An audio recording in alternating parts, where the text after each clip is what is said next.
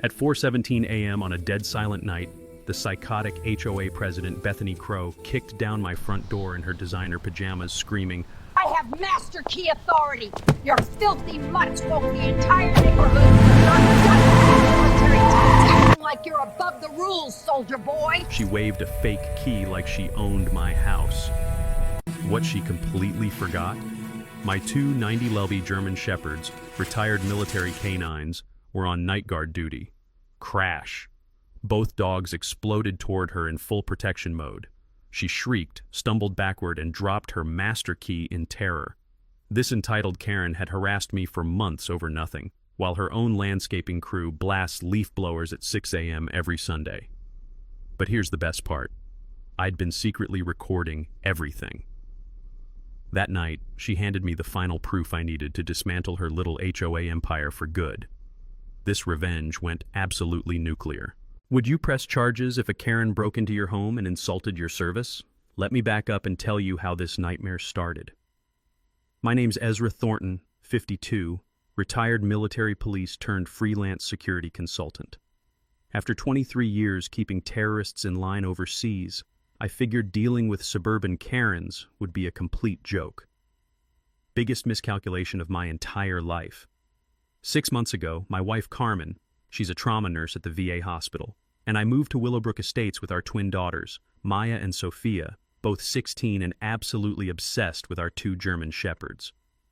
Rex and Luna aren't your typical family pets. They're 90-pound retired military canines I adopted after their combat tours ended. Rex still wakes up screaming from Afghanistan nightmares. Luna lost her left eye to an Iraqi IED blast. They're not pets. They're fellow veterans earning their therapy dog certifications while keeping our property secure. We specifically bought this house for the large fenced yard and paid a premium after the realtor promised us a military-friendly community. What complete bullshit that turned out to be. Enter the neighborhood's self-appointed dictator, Bethany Crow. Picture this, 48 years old, bottle blonde hair sprayed into an indestructible helmet, drives a white BMW with HOA boss vanity plates, like she's running her own small country. She's been HOA board president for 8 consecutive years because she's systematically bullied every potential opponent into submission. By day, she sells overpriced McMansions to unsuspecting suckers. By night, she cosplays as neighborhood Gestapo, patrolling streets with a measuring tape and stopwatch. The woman lives in this gaudy Mediterranean castle, the kind of house that screams new money, absolutely no taste, and treats property values like they're sacred religious scripture that only she can interpret. Our charming introduction happened exactly 1 week after moving in. I was in the backyard working with Rex on anxiety reduction exercises when the sharp click of stiletto heels announced her royal arrival. The overwhelming assault of vanilla bourbon perfume hit me like chemical warfare.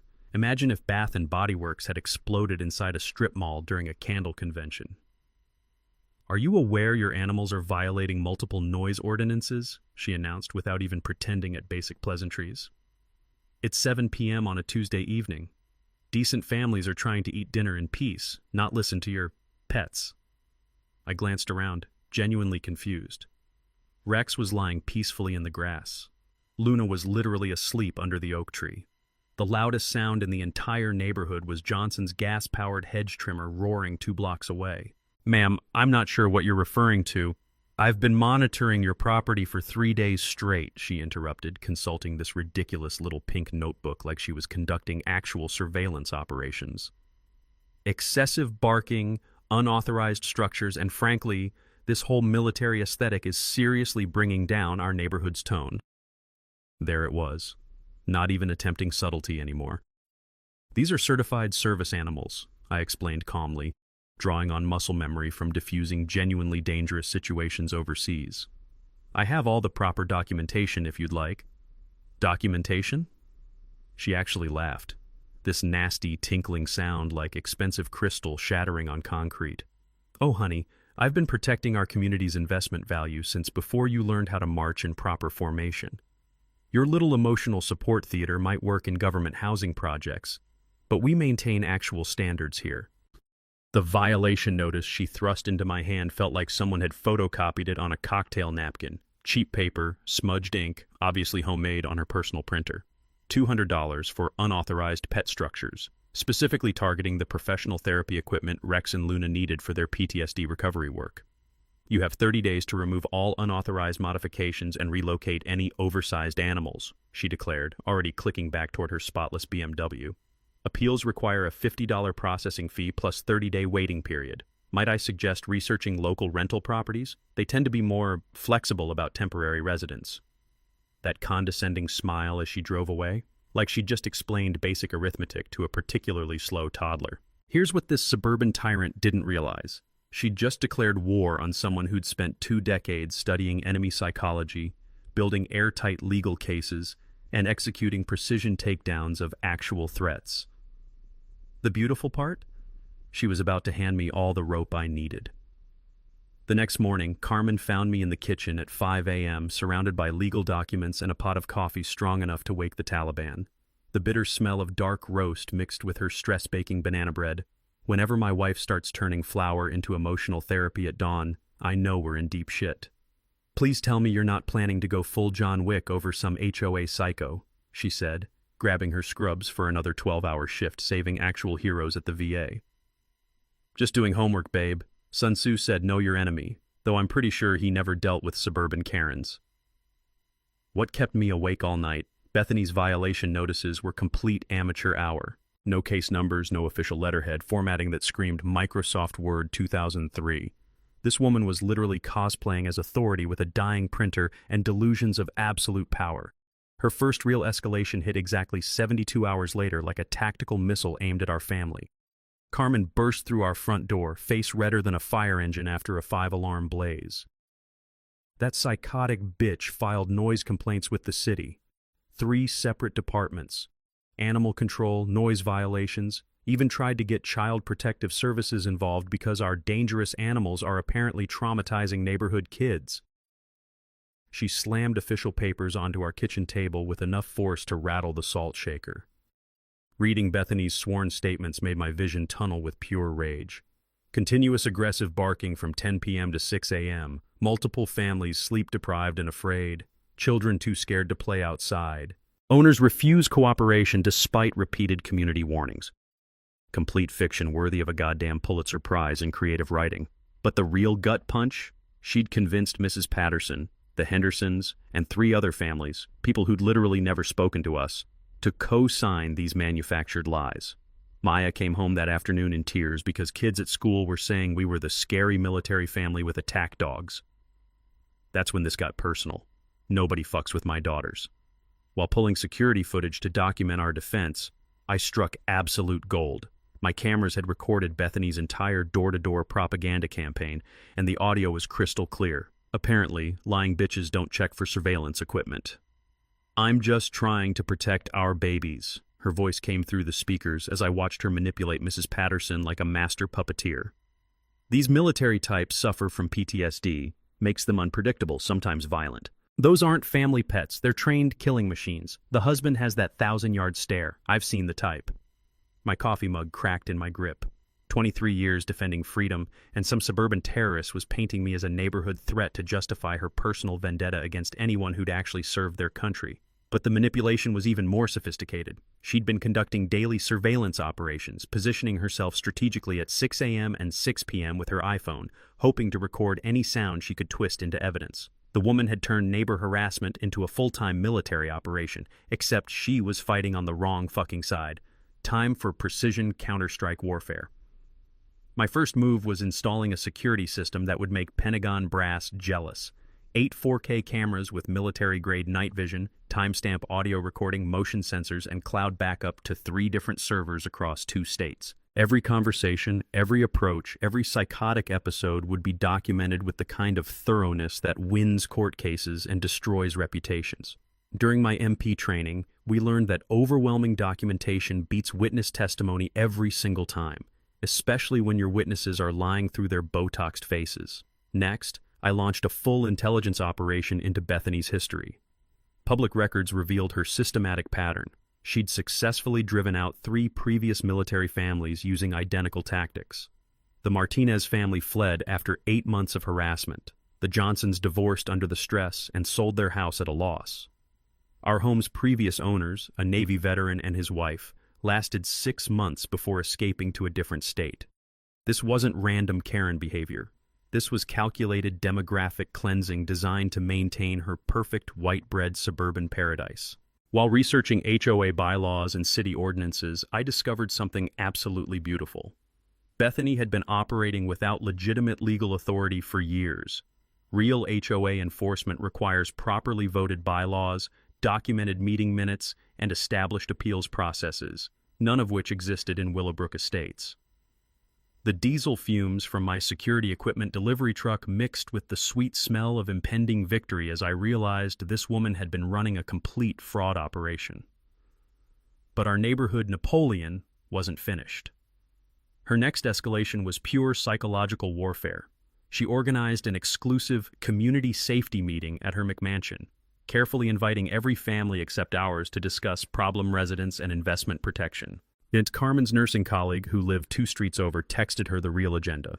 Parents were being told we represented an ongoing security threat, and that our military background made us potentially dangerous to community stability.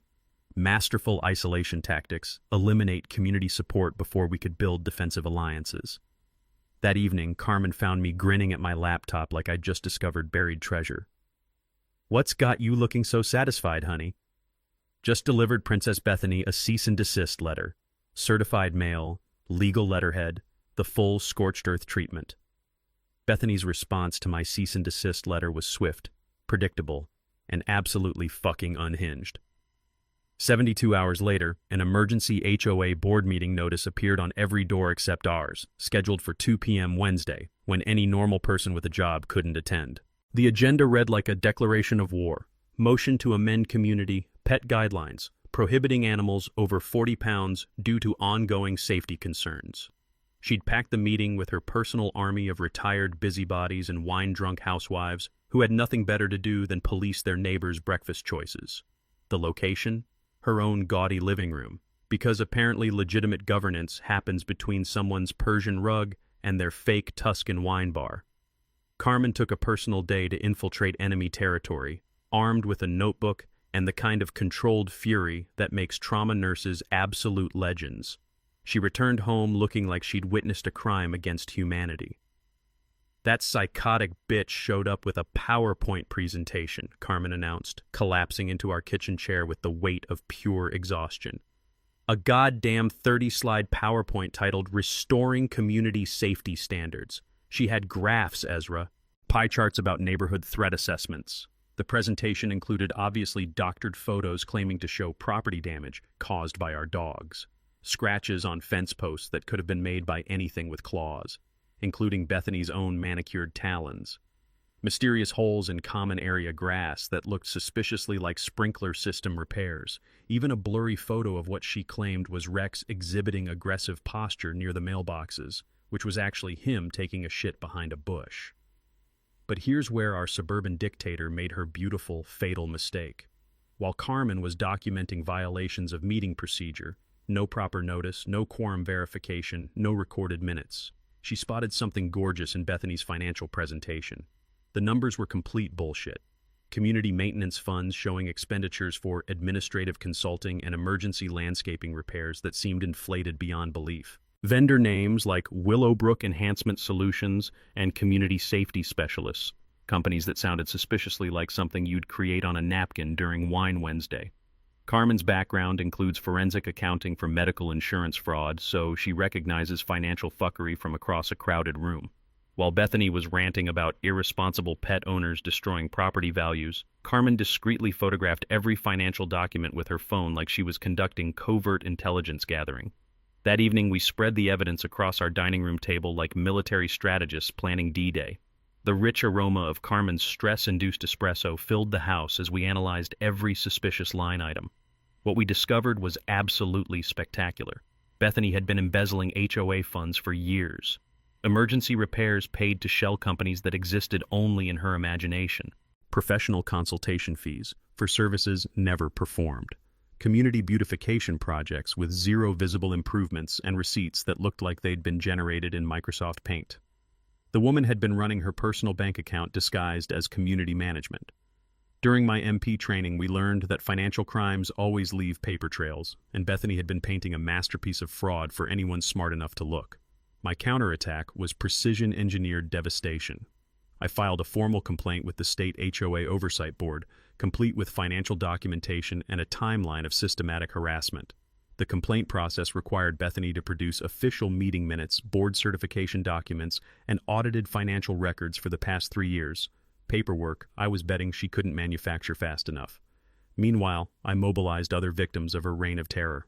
Previous homeowners had left forwarding addresses, and a few strategic phone calls revealed they'd be thrilled to join a class action complaint. Military families don't abandon fellow veterans when some civilian asshole declares war on all of us. I also started documenting Bethany's own violation patterns with my upgraded surveillance system. Her pristine BMW parked illegally in fire lanes during weekend open houses. Her landscaping crew operating on Sundays, violating the quiet hours she'd weaponized against us. Her own yappy Pomeranian running loose in common areas without a leash, breaking the exact pet regulations she was trying to use for our destruction. Watching this hypocrite violate her own rules daily was like Christmas morning every single day. But Princess Bethany wasn't finished escalating. Her next move crossed every conceivable line of human decency. She filed for a restraining order against me, claiming I'd made threatening gestures and that my military background presented ongoing danger to community stability. The court filing detailed completely fabricated incidents, me conducting surveillance of her property, my dogs displaying aggressive behavior toward children, and my hostile military demeanor during our interactions. When the sheriff served papers at our front door, Carmen called me at work, voice tight with worry. "She's trying to get you legally banned from our own neighborhood, Ezra." I was actually laughing as I read the ridiculous allegations. "Honey, she just gave me the most beautiful present imaginable. How is this a gift?" Because now she has to prove every lie under oath in front of a real judge with actual evidence. And I had 6 cameras worth of footage documenting every second of our interactions. Game, set, match. The restraining order hearing was scheduled for Wednesday at 2 p.m., and Bethany had absolutely no clue she was walking into the most spectacular legal massacre of her pathetic existence. But first, this suburban terrorist decided to escalate her psychological warfare to levels that would make actual war criminals impressed. Monday morning, 6:47 a.m. My phone exploded with an unknown number while Carmen was already at the hospital saving actual heroes, and I was getting our daughters ready for school. Some panicked woman claiming to be a concerned neighbor breathlessly reported that my trained attack dogs had lunged aggressively at innocent children waiting for the school bus. The performance was Oscar-worthy. Trembling voice, specific details about predatory behavior, even claims that parents were too terrified to let their kids walk to school safely. By 7:15 a.m., Animal Control was pounding on my door with an emergency inspection warrant. Officer Martinez, a decent guy who actually understood his job, spent 30 minutes watching Rex and Luna demonstrate obedience training that would make Marine drill instructors weep with pride. Both dogs sat, stayed, healed, and performed their therapy protocols while neighborhood kids played loudly just yards away. "Sir, these are some of the most professionally trained animals I've encountered," Martinez admitted, scratching Luna behind her battle-scarred ear. Whoever reported this was either completely delusional or deliberately lying. "Any chance you can tell me who filed the complaint?" "Officially? No. Unofficially? The caller used very specific military terminology and mentioned your combat background multiple times. Real interesting vocabulary for a random concerned soccer mom." Bethany's manipulative fingerprints were smeared all over this manufactured crisis like cheap lipstick on a wine glass. But her true masterpiece of evil was still coming. Tuesday afternoon, Maya burst through our front door sobbing with the kind of heartbroken fury that makes fathers contemplate homicide. Her face was flushed with humiliation as she collapsed into Carmen's arms. "Dad, they're saying horrible things about our family at school. Kids are asking if you're going to have an episode and hurt people. Someone started a rumor that we have guard dogs because you're dangerous and unstable." The taste of pure rage filled my mouth like battery acid. My 16-year-old daughter was being psychologically tortured at school because some suburban psychopath was conducting a propaganda campaign against our family's military service. Maya described former friends suddenly afraid to visit, teachers giving her concerned looks, parents whispering about the unstable veteran family during school pickup. This transcended neighborhood harassment. This was systematic character assassination designed to destroy my children's social lives and mental health. When Carmen came home that evening, she found me in full military intelligence mode. Security footage displayed across 3 laptops, legal documents organized with tactical precision, evidence charts covering our dining room wall like a federal investigation. The sharp smell of black coffee mixed with her lavender hospital scrubs as she surveyed my war room. Please tell me you're not planning anything that'll land you in federal prison before tomorrow's hearing. Just connecting beautiful dots, babe. The picture is absolutely fucking gorgeous. Here's where I discovered the smoking gun that would obliterate Bethany's entire operation. While reviewing security footage from the past month, I noticed something extraordinary. Bethany's surveillance of our property followed a precise schedule, 6 a.m. and 6 p.m. daily, positioning herself strategically with recording equipment. But my cameras caught something she didn't expect: her phone conversations during these sessions. Audio analysis revealed she was reporting our activities to someone in real time, not just watching, actively coordinating with outside parties. Phone records I'd subpoenaed through my lawyer showed regular calls to the same 3 numbers: a property management company, a real estate investment firm, and a private security contractor. The beautiful truth hit me like a tactical nuke. Bethany wasn't just a racist HOA dictator. She was being paid to force military families out of the neighborhood. This was organized, systematic, financial gentrification disguised as community management. Someone was paying her to manufacture crises that would drive down property values, force sales, and allow coordinated buyouts at below-market prices. My investigation into previous military families revealed identical patterns: manufactured violations, escalating harassment, forced sales within 6 to 8 months, immediate resales to the same investment group at significant markup. During my MP career, I'd seen this exact operation in overseas housing markets: create instability, force evacuations, profit from distressed sales. Bethany had imported military zone real estate manipulation into suburban America. Wednesday morning, I arrived at courthouse armed with evidence that would make federal prosecutors orgasm in their Brooks Brothers suits. 6 cameras of footage, financial records showing coordinated property acquisition, testimony from multiple military families, and phone records proving conspiracy. Marcus Webb, my lawyer and fellow combat veteran, had spent the previous evening reviewing our evidence with the kind of predatory glee usually reserved for sharks smelling blood. Ezra, this isn't just harassment. This is federal housing discrimination, conspiracy, and organized real estate fraud. We're not just stopping her, we're destroying an entire criminal operation. Bethany strutted into court wearing designer confidence and clutching fabricated evidence, completely unaware that her little side business was about to become a federal case study. Time to show this mercenary bitch what happens when you wage war against American veterans for profit. The courthouse revelations were just the appetizer. The main course arrived Thursday evening when Marcus Webb called with intelligence that would obliterate everything we thought we knew about this war. Ezra, you better be sitting down. My paralegal spent 14 hours digging through public records, and what we found is absolutely thermonuclear.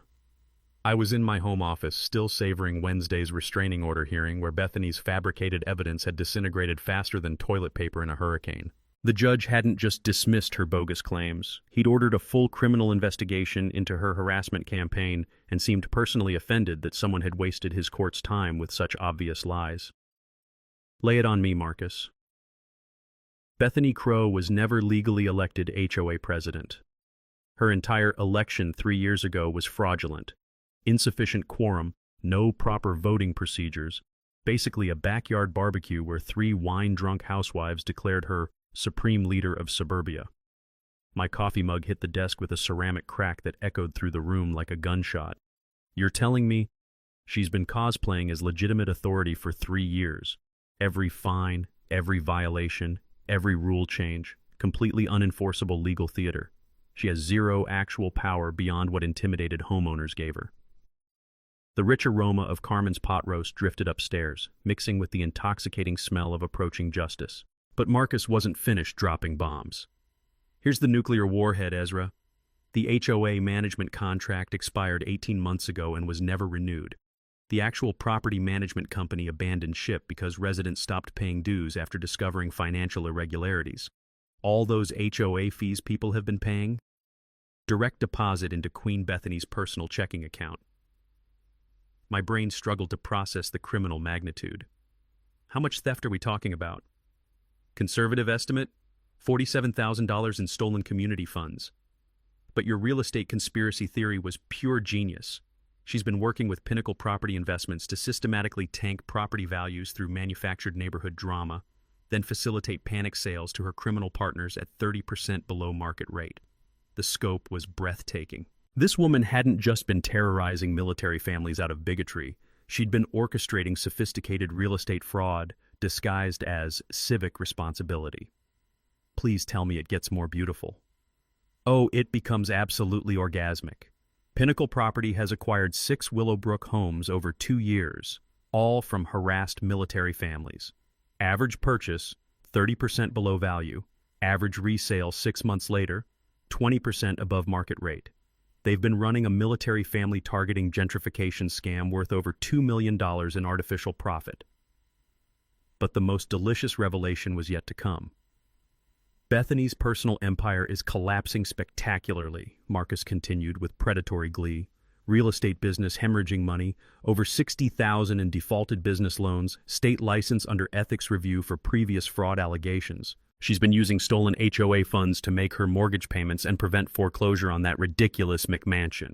The power dynamic had just inverted so completely that I felt lightheaded. For 6 months, we'd been fighting what seemed like legitimate community authority. In reality, we'd been terrorized by a desperate criminal whose entire life was built on theft, fraud, and conspiracy to commit housing discrimination. What's our nuclear option? FBI white-collar crime division, federal housing discrimination, mail fraud, wire fraud, organized real estate conspiracy across state lines. Bethany Crow isn't just losing her fake throne. She's looking at 5 to 10 years in federal prison. Carmen appeared in my doorway carrying 2 wine glasses and wearing the kind of smile that makes trauma nurses legendary. Good news, honey? Sweetheart, we just discovered our neighborhood terrorist is actually a federal criminal who's been stealing from everyone while running a $2 million real estate scam specifically targeting military families. Carmen raised her glass. So Karma's about to arrive with federal badges and handcuffs? That's exactly what I'm saying. Our suburban war was about to become a federal massacre, and Bethany had no idea her criminal empire was crumbling faster than ancient Rome. The next morning, I woke up with the kind of tactical clarity that comes from finally understanding your enemy's fatal weakness. Bethany Crow wasn't just a racist HOA psycho. She was a desperate criminal whose entire fraudulent empire was about to collapse like a house of cards in a tornado. Time to engineer the most beautiful controlled demolition in suburban history. First priority, upgrading our home security to levels that would make nuclear facilities jealous. Friday morning found me installing pressure-sensitive perimeter sensors around our property line, completely legal on private land, and invisible unless you know what to look for. These weren't your typical Best Buy security toys. They were military surplus motion detectors that could distinguish between a wandering raccoon, my dogs taking their evening patrol, and some psychotic HOA queen attempting midnight reconnaissance missions. The backup power system came next, a diesel generator hidden behind our garden shed, with enough juice to keep every camera and sensor running for 3 days during any mysterious power outages. I'd learned during overseas deployments that criminals love cutting electricity to disable security systems, not happening at my house. The smell of diesel fuel and fresh concrete filled our backyard as I reinforced the generator's foundation. Carmen emerged with iced tea and the kind of knowing smile that makes combat veterans grateful they married trauma nurses. Building a fortress to catch one suburban terrorist, she teased. Honey, when you're hunting predators, you need the right equipment.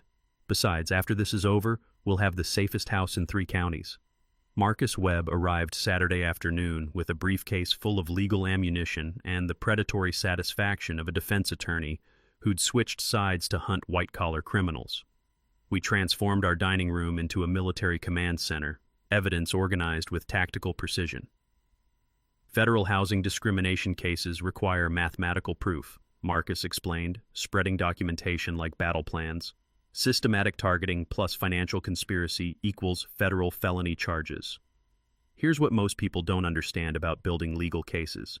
You need overwhelming evidence because defense lawyers will challenge everything. I'd learned during MP investigations that successful prosecutions require documenting patterns so obvious that juries reach verdicts in minutes, not hours. The beauty of our situation was Bethany's criminal stupidity. 6 military families targeted over 3 years, all forced into below-market sales, all properties flipping to the same investment group at massive profits. The pattern was so blatant that a prosecutor could win this case while blindfolded. Jennifer Santos, our neighbor and forensic accountant, joined our war council Sunday evening with spreadsheets that would make IRS auditors orgasm with pure joy. Her financial analysis revealed criminal enterprise operating with breathtaking incompetence. She's been depositing stolen HOA funds directly into personal accounts for 18 months, Jennifer explained, highlighting suspicious transactions with yellow marker. Mortgage payments, luxury shopping, even her daughter's private school tuition, all paid with community money. This woman documented her own crimes better than federal prosecutors. But my physical trap was the true masterpiece. I coordinated with Officer Martinez for strategic wellness checks designed to document Bethany's escalating erratic behavior. The plan was elegant: establish harassment patterns, demonstrate her increasing desperation, then wait for inevitable meltdown under legal pressure. I also rigged livestream capability for Tuesday evening's HOA meeting, which Bethany had scheduled to address ongoing security threats. Every threat, every violation of residents' rights, every moment of her inevitable breakdown would broadcast live to Facebook, YouTube, and Instagram simultaneously. Modern suburban warfare requires modern documentation. Carmen mobilized our neighborhood intelligence network with efficiency that would impress actual military commanders. Suburban moms, it turns out, are natural-born reconnaissance specialists when protecting their families. Within 48 hours, we had detailed surveillance reports on Bethany's daily routines, stress indicators, and increasingly desperate control attempts. She's driving past our house 8 times daily, Maya reported from her bedroom surveillance post. Always slowing down, photographing everything, like some demented real estate stalker. The technical preparation required one final component: independent professional documentation. I hired a private investigator, fellow veteran specializing in corporate fraud, to create neutral third-party evidence that defense lawyers couldn't challenge or dismiss. Tuesday morning delivered the most satisfying phone call of my entire civilian career. Mr. Thornton, Special Agent Sarah Smith, FBI Economic Crimes Unit. We've reviewed your complaint regarding systematic housing discrimination and organized real estate fraud. We're opening a federal investigation and need to schedule your interview. The taste of victory was sweeter than Carmen's morning coffee as I hung up the phone. Federal backup? Carmen asked, reading my expression. The United States government just officially declared war on Bethany Crow. She's about to learn what happens when you systematically target American military families for criminal exploitation. All pieces perfectly positioned, physical security upgraded, legal ammunition loaded, federal attention secured, community mobilized, evidence overwhelming. Tuesday evening's HOA meeting would be Bethany's final performance as neighborhood dictator. She just didn't realize she'd be starring in her own destruction, broadcast live to thousands of viewers. Time to watch a criminal empire crumble in spectacular real-time fashion. Tuesday morning arrived with crisp autumn air that made you believe in cosmic justice. Unfortunately, Bethany Crow woke up that day planning her most unhinged and desperate sabotage campaign yet, like watching a meth-fueled squirrel attempt military strategy. At 11:23 a.m., my phone exploded with a panic call from Jennifer Santos while I was fine-tuning our evening live-stream equipment. Ezra, get over here now. Bethany's trying to change locks on the community center and mailbox facilities. When I asked what authority she had, she started screaming about emergency management powers and protecting community assets from criminal investigation. I arrived to find Bethany's white BMW parked in the fire lane, because apparently traffic laws don't apply to suburban dictators, while she harangued a locksmith who looked like he'd rather be defusing actual bombs than dealing with this psychotic real estate agent. "Ma'am, I cannot change community property locks without proper authorization and documentation," the locksmith explained with the supernatural patience of someone accustomed to handling mental health crises. "I am the authorization!" Bethany shrieked, frantically waving what appeared to be a homemade certificate she'd obviously created on her home computer, declaring herself Emergency Community Asset Manager. "These military terrorists are trying to steal our money, and I have legal authority to protect community property." The irony was so thick it could stop bullets. The woman who'd embezzled $47,000 was accusing residents of theft while attempting to physically lock them out of facilities they'd been illegally paying her to maintain. The smell of her desperation mixed with excessive vanilla perfume created an almost chemical warfare atmosphere as neighbors gathered to witness this spectacular meltdown in real time. But Princess Bethany's sabotage master plan was just getting warmed up. Wednesday afternoon, Marcus called with intelligence that made my day infinitely brighter. Ezra, someone attempted to bribe Carlos Mendez, your maintenance supervisor, offered him $500 cash to accidentally damage your irrigation system and create evidence that your dogs were destroying community landscaping. Let me take a wild guess. Blonde woman, white BMW, personality disorder? Carlos said she was extremely specific about wanting photographic evidence of property damage that could be blamed on your aggressive animals. When he refused, she threatened to have him fired from a job that doesn't actually report to her. The beautiful part? Carlos Mendez was a Navy veteran who'd immediately recognized Bethany's attempted recruitment as criminal conspiracy. He'd not only refused her bribery, but had contacted both Marcus and the FBI tip line within an hour. Military families protect each other, especially when some civilian criminal tries manipulating us into betraying fellow veterans. Thursday morning delivered Bethany's most spectacular psychological warfare attempt yet. Carmen called at 7:15 a.m., voice vibrating with controlled nuclear rage. That delusional psychopath is conducting a neighborhood propaganda campaign claiming you're under federal investigation for domestic terrorism. She's telling people the FBI contacted her as a concerned community leader about your suspicious military activities. The audacity was breathtaking. Bethany had convinced Mrs. Patterson, the Hendersons, and 2 other families that my security upgrades were evidence of dangerous paranoid behavior and that federal agents were monitoring our property for terrorist activities. She'd weaponized my preparation for her criminal prosecution into alleged proof of my guilt. But here's where I discovered her most beautiful mistake. While investigating her rumor campaign through neighborhood sources, I learned that Bethany had been making her own calls to the FBI, desperately trying to file counter-reports claiming I was stockpiling weapons and exhibiting threatening behavior toward legitimate community officials. Special Agent Smith called Thursday afternoon with news that made my entire week. Mr. Thornton, we've received 6 separate calls from Ms. Crow attempting to redirect our investigation toward you. She's claiming you're dangerous while simultaneously confirming that she's aware of our federal investigation into her activities. How does that impact our case? She's documenting consciousness of guilt while attempting to obstruct a federal investigation. We call that additional felony charges with enhanced sentencing guidelines. My silent preparation during this escalating chaos was surgical and devastating. Every bribery attempt, every false federal report, every moment of her psychological breakdown was being documented through multiple independent sources. Carlos had agreed to wear recording equipment during future contact. Jennifer was tracking financial irregularities in real time. Maya and Sophia were maintaining surveillance logs of her increasingly frequent drive-bys past our house. The most satisfying element? Bethany's criminal behavior was accelerating under federal pressure, generating more prosecutable evidence faster than we could organize it. Friday evening, I conducted final systems checks on our live stream equipment while Carmen prepared what we'd started calling the Bethany Destruction Celebration.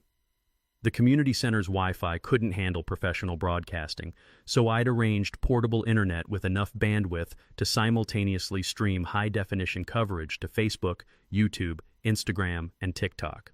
This seems like massive overkill for one suburban terrorist, Carmen observed, watching me adjust multiple camera angles. This isn't just about stopping Bethany anymore. We're documenting systematic harassment tactics so other military families can recognize and defeat similar criminal operations. Saturday brought the final beautiful preparation. Officer Martinez called to report that Bethany had been stopped 3 times in 1 week for erratic driving behavior near our property. Her conduct suggests someone experiencing complete psychological breakdown under extreme legal pressure, he explained professionally. Tuesday evening would be her final performance as neighborhood fake dictator. Sunday morning, I woke up to the sound of sirens and discovered that Bethany Crow had completely lost whatever remained of her sanity during the night. Officer Martinez was standing in my driveway at 6:47 a.m. with the expression that mixed professional duty with personal disgust. Behind him, Bethany sat handcuffed in the back of his patrol car, designer pajamas disheveled, mascara streaked down her face like a demented raccoon. Mr. Thornton, we arrested Ms. Crow attempting to break into your backyard shed at approximately 3:30 a.m. She claims she was conducting an emergency inspection for hidden weapons stockpiles and that she had federal authority to search your property. The irony was so perfect it felt scripted by cosmic justice. The woman who'd kicked down my door claiming fake authority had now been caught actually attempting burglary while claiming even more ridiculous fake authority. What was she looking for in my garden shed? According to her statement, she was trying to find evidence of illegal military equipment to present to federal investigators. She brought bolt cutters, a flashlight, and what appears to be a homemade search warrant printed on her personal letterhead. Carmen appeared beside me in her bathrobe, took one look at Bethany's pathetic form in the patrol car, and started laughing with the kind of dark humor that keeps trauma nurses sane. Let me guess. She tried to plant evidence and got caught? Officer Martinez nodded grimly. Actually, she was carrying a bag of items she claimed to have discovered on your property. Suspicious-looking mechanical parts, ammunition boxes, tactical equipment. Problem is, everything still had price tags from Army surplus stores, and the receipts were in her purse. Mini-twist revelation. During her arrest processing, police discovered that Bethany had been planning to file a false police report claiming to have discovered terrorist materials on our property. She'd spent over $800 purchasing military surplus items to plant as evidence, complete with a typed report describing how she'd courageously investigated suspicious activities and uncovered proof of domestic terrorism. The woman had literally tried to frame a decorated military veteran for terrorism using props from an Army surplus store. But her desperate measures escalated beyond mere evidence planting. Monday afternoon, Special Agent Smith called with news that made federal prosecutors literally applaud in their offices. Mr. Thornton, we've discovered that Ms. Crow attempted to bribe a city council member to vote against renewing your neighborhood's law enforcement patrol contract. She offered campaign contributions in exchange for reducing police presence during your Tuesday evening meeting. She tried to eliminate police protection for a community meeting? It gets better. She also contacted 3 different private security companies, trying to hire crowd control specialists for what she described as an emergency community safety intervention. When they asked for official authorization, she offered to pay cash up front for services that would, quote, neutralize dangerous residents threatening community stability. The scope of her conspiracy was expanding faster than a nuclear blast. Bethany wasn't just trying to frame us anymore. She was attempting to orchestrate some kind of private militia intervention at a neighborhood meeting. Meanwhile, my silent preparation reached levels of tactical precision that would make Special Operations Forces proud. I'd coordinated with Marcus to have 3 additional attorneys present at Tuesday's meeting as concerned residents. Jennifer had prepared financial documentation so comprehensive that accountants were calling it prosecutorial pornography. Carlos had agreed to provide testimony about bribery attempts, complete with recorded phone conversations. The live stream setup had evolved into a professional broadcasting operation. 6 cameras positioned strategically around the community center, professional lighting, multiple internet connections, and backup power systems that could maintain coverage during any mysterious technical difficulties. But the most beautiful preparation came from our expanded veteran network. Word had spread through military communities across 3 states about Bethany's systematic targeting of service families. Tuesday evening's meeting would have concerned residents, including 2 JAG lawyers, a military police investigator, and a Purple Heart recipient who specialized in veteran advocacy. Carmen spent Monday evening stress-baking enough cookies to feed a small army while monitoring social media buzz about our upcoming community meeting. Local news stations had picked up the story after FBI involvement became public knowledge. Honey, we've got Channel 7 requesting permission to broadcast live, 3 military advocacy organizations sending representatives, and someone from the state attorney general's office attending as an observer, she announced, flour dusting her apron like war paint. Tuesday morning arrived with the kind of electric tension that precedes historical events. Bethany had been released on bail with strict conditions, no contact with residents, no approaching community property, and no leaving her house after 6 p.m. But at 11:30 a.m., neighbors started reporting that Bethany was conducting frantic phone calls from her front yard, pacing like a caged animal while gesturing wildly at anyone who'd listen. Maya came home from school with final intelligence from the Teenage Surveillance Network. Dad, kids are saying Bethany's daughter is telling everyone her mom has a secret plan to expose the military conspiracy tonight and that everyone will finally see who the real criminals are. At 5 p.m., I received a text from Marcus that made my day absolutely perfect. FBI surveillance team in position, local news crews setting up, 43 residents confirmed attendance, federal prosecutors observing remotely. Whatever happens tonight, we've got it covered. The stage was set for the most spectacular public meltdown in suburban history. Bethany Crow had no idea that her final desperate gambit was about to become a masterclass in how criminal empires collapse under the weight of their own stupidity. Tuesday evening, 7 o'clock p.m. The community center buzzed with the kind of electric tension that precedes natural disasters or public executions. 47 residents packed into a space designed for 20, while news crews positioned cameras outside and FBI agents maintained discreet surveillance from unmarked vehicles. The smell of fresh coffee mixed with nervous sweat and Carmen's stress-baked cookies as neighbors who hadn't spoken in months suddenly found themselves united against a common enemy. Military families sat alongside civilian residents, all equally furious about being defrauded by their fake HOA president. I'd positioned myself strategically near the live stream controls, 6 cameras capturing every angle while thousands of viewers joined the feed from across the country. The chat was already exploding with supportive messages from veteran communities and HOA horror story survivors. At 7:15 p.m., Bethany Crow made her grand entrance. She swept through the doors like she was arriving at the Oscars, wearing a pristine business suit and carrying an oversized briefcase that probably contained more fabricated evidence. Her blonde hair was sprayed into an indestructible helmet, and her smile had the manic intensity of someone who'd completely disconnected from reality. "Good evening, neighbors," she announced with theatrical authority, completely ignoring the hostile stares and whispered conversations. "I've called this emergency meeting to address the serious criminal conspiracy that has infiltrated our peaceful community." The audacity was breathtaking. A woman facing federal charges for fraud and conspiracy was opening her own trial by accusing her victims of criminal behavior. Marcus Webb stood up from the back row, legal briefcase in hand, and predatory smile perfectly calibrated. "Ms. Crow, before you continue, I should inform everyone present that you're currently under federal investigation for housing discrimination, fraud, and conspiracy. Perhaps you'd like to reconsider making public statements without your attorney present." Bethany's mask slipped for exactly 2 seconds, pure panic flashing across her features before the manic confidence returned. "That's exactly what I'm here to discuss. The real criminals have been manipulating federal authorities through false reports and manufactured evidence." She opened her briefcase with dramatic flair, removing stacks of obviously homemade documents and photographs that looked like they'd been edited on a potato-powered computer. "Ladies and gentlemen, I present evidence of the systematic military conspiracy to terrorize our community, defraud our HOA, and use trained attack animals to intimidate law-abiding families." The room erupted in voices, some laughing, others shouting, a few people filming with their phones as Bethany began displaying her evidence like a demented prosecutor. Photo number 1, my security cameras, which she claimed were military surveillance equipment designed to spy on neighbors. Photo number 2, Rex and Luna playing in our yard, captioned as "Attack Dogs in Training Formation."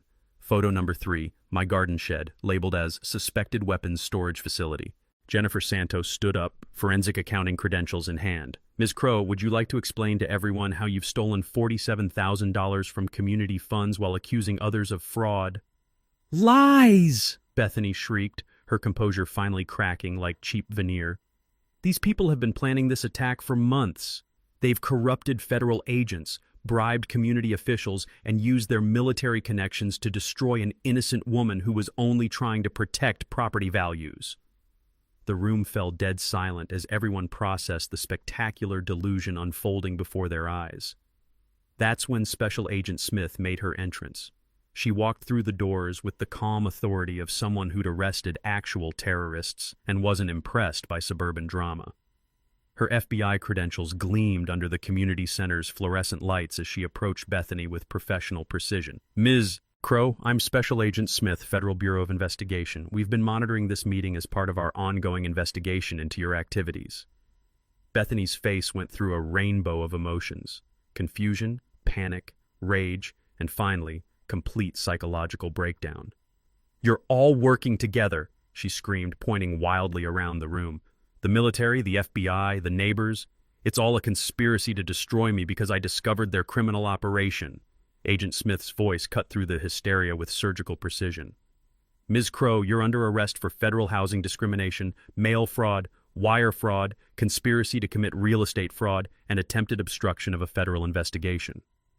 As handcuffs clicked around Bethany's wrists, she delivered her final, perfect line. This is illegal. I have emergency powers. I am the HOA president. Agent Smith's response became legendary in law enforcement circles. Ma'am, you're not the HOA president. There is no legal HOA. You've been running a criminal enterprise while cosplaying as community management. The room exploded in applause as Bethany was escorted out in handcuffs, her briefcase of fabricated evidence left scattered across the floor like the debris of a destroyed empire. Our livestream had reached over 50,000 viewers, with comments pouring in from military families across the nation, celebrating the downfall of a systematic veteran targeting operation. Carmen squeezed my hand as we watched the FBI vehicle disappear into the night. So how does it feel to completely destroy a criminal conspiracy? Honestly, like justice tastes even better than your stress baking. The war was over, the good guys had won, and Bethany Crow would never terrorize another military family again. 6 months later, I'm sitting in our backyard watching Rex and Luna train their newest therapy client, a young Marine who lost his leg in Syria and found healing through working with fellow veterans, even the four-legged kind. The transformation has been extraordinary. Bethany Crow pled guilty to 14 federal charges and received 7 years in federal prison, plus restitution payments that will keep her broke for the next 2 decades. Her real estate license was permanently revoked, and the state is using her case as a training example for HOA oversight regulations. But the most satisfying justice came when her McMansion went into foreclosure and was purchased by the Willowbrook Veterans Foundation, a nonprofit we established using the recovered HOA funds plus community donations that poured in from across the country after our live stream went viral. Where Bethany's gaudy palace once stood, we built something beautiful, a community center specifically designed for military family support, complete with therapy dog training facilities, legal aid services, and trauma counseling resources. The irony is perfect. The house she used as a base for terrorizing veterans now serves as a sanctuary for healing military families. The financial recovery exceeded our wildest dreams. Federal prosecutors seized over $2 million in criminal proceeds from the real estate conspiracy, which was distributed among the military families who'd been targeted. The Martinez family returned from Texas and bought back their dream home. The Johnsons reconciled and purchased a larger house 3 streets over. Even our home's previous owners sent a thank you letter from their new state saying our victory helped them find closure. Carmen's stress baking evolved into something wonderful. She now runs cooking therapy sessions for military spouses dealing with deployment anxiety and homecoming transitions. Maya and Sophia started a youth advocacy program teaching teenagers how to recognize and report community harassment. Our daughters went from being ashamed of their military family status to becoming proud activists for veteran rights. The legal precedent we established has been referenced in over 30 federal cases involving HOA harassment and housing discrimination. Marcus Webb now specializes in military family advocacy and has a waiting list of clients who want the lawyer who destroyed the suburban dictator. But the most meaningful change happened in our neighborhood itself. Willowbrook Estates established a legitimate, democratically elected HOA with transparent financial management and anti-discrimination policies written into the bylaws. Jennifer Santos serves as treasurer, Marcus provides pro bono legal oversight, and Carlos Mendez was promoted to community operations manager with veteran preference hiring for all maintenance positions. We've created what Bethany always claimed to want: a safe, well-managed community with rising property values. The difference is, we achieved it through cooperation instead of criminal harassment. Rex and Luna have become neighborhood celebrities, providing therapy services for residents dealing with everything from PTSD to divorce recovery. Their success led to a partnership with the VA hospital where Carmen works, expanding therapy dog services to veterans across 3 counties. The community garden where Bethany's old surveillance post used to be now grows vegetables that supply our food bank program. Children who once feared walking past our house now stop by daily to help train therapy dogs and learn about responsible pet ownership. Last week, Maya came home with news that made my year. Her high school is using our story as a social studies case study about civic engagement and standing up to corruption. Students across the state are learning how proper documentation, legal knowledge, and community organization can defeat systematic harassment. The Willowbrook Veterans Scholarship Fund, funded entirely by recovered stolen money and ongoing donations, has provided college assistance to 43 military children, with applications pouring in from families who heard our story and found hope for their own futures. But perhaps the most beautiful outcome is personal healing. Carmen no longer flinches when unfamiliar cars drive slowly past our house. Maya and Sophia invite friends over without worrying about judgment. I sleep peacefully, knowing that my family is safe and that we've protected countless other military families from similar targeting. Every evening, I stand in our backyard listening to the sounds of genuine community, children playing, neighbors talking over fences, dogs barking happily in secure yards. The toxic tension that once poisoned our street has been replaced by the kind of authentic neighborly connection that builds strong communities.